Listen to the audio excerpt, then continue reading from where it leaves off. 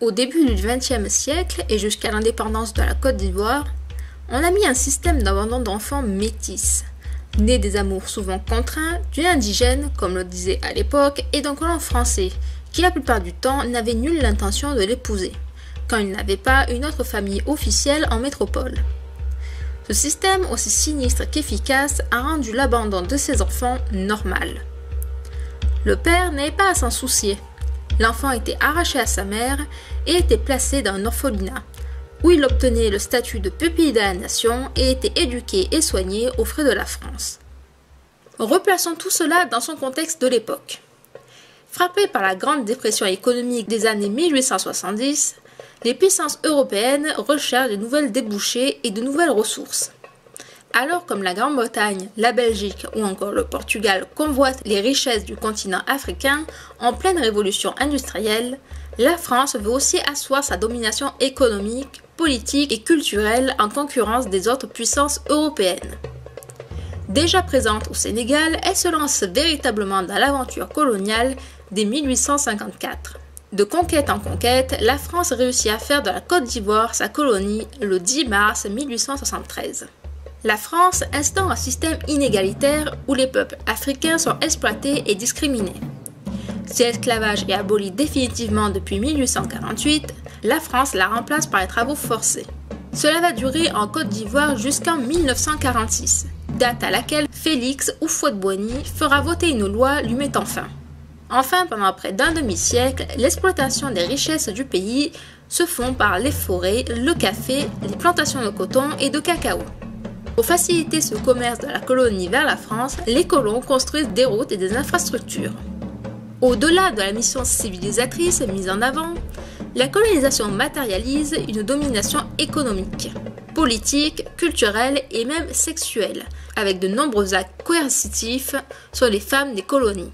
Grâce au livre « L'amour aux colonies » du docteur Jacobus, haut fonctionnaire colonial, les colons qui arrivent en Côte d'Ivoire sont déjà bridés. Dans ce livre, il est dit que ce qu'ils font n'est à rien perturbant pour leur statut social, s'ils ont une fiancée ou une épouse en France. Ils ne trompent pas leur épouse en ayant une jeune indigène comme concubine. C'est une typologie raciale en fonction des populations, décrivant l'odeur, la couleur, la corpularité et les pratiques sexuelles de chaque population. Ce livre explique aussi comment s'y prendre. Le docteur Jacobus conseille même de coucher avec les femmes indigènes pour éviter aux colons d'attraper des maladies vénériennes. Ce livre n'est rien d'autre qu'un guide pour les jeunes colons. Avant d'arriver, ils savent déjà que là-bas, ils vont pouvoir libérer leur sexualité sans aucun risque.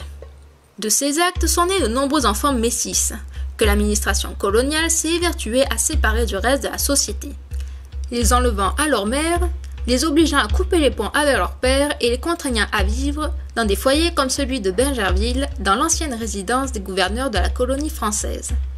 Qualifiés de bâtards de la République, ces enfants sont devenus grands et ont décidé de témoigner pour qu'enfin justice soit faite et qu'on en sache la vérité.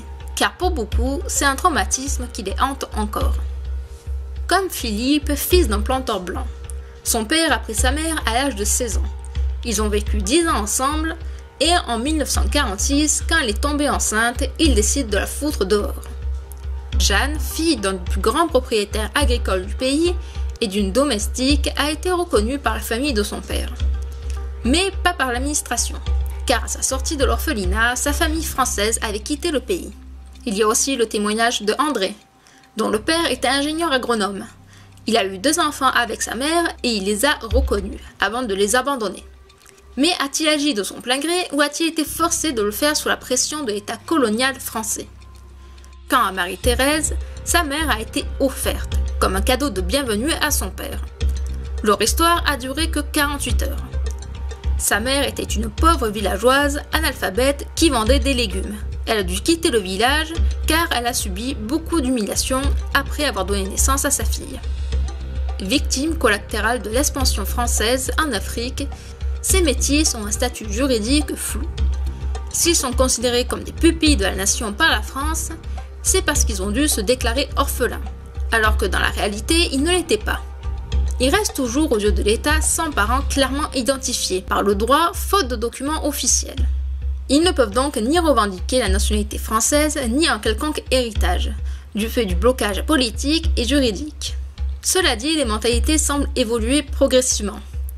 C'est ainsi qu'en 2019, après s'être officiellement excusée auprès des métis nés des anciennes colonies, la Belgique a promis de les soutenir dans leur quête identitaire. On attend de voir la réaction de la France sur cette question. Merci d'avoir regardé cette vidéo, j'espère qu'elle vous aura plu et je vous dis à la prochaine.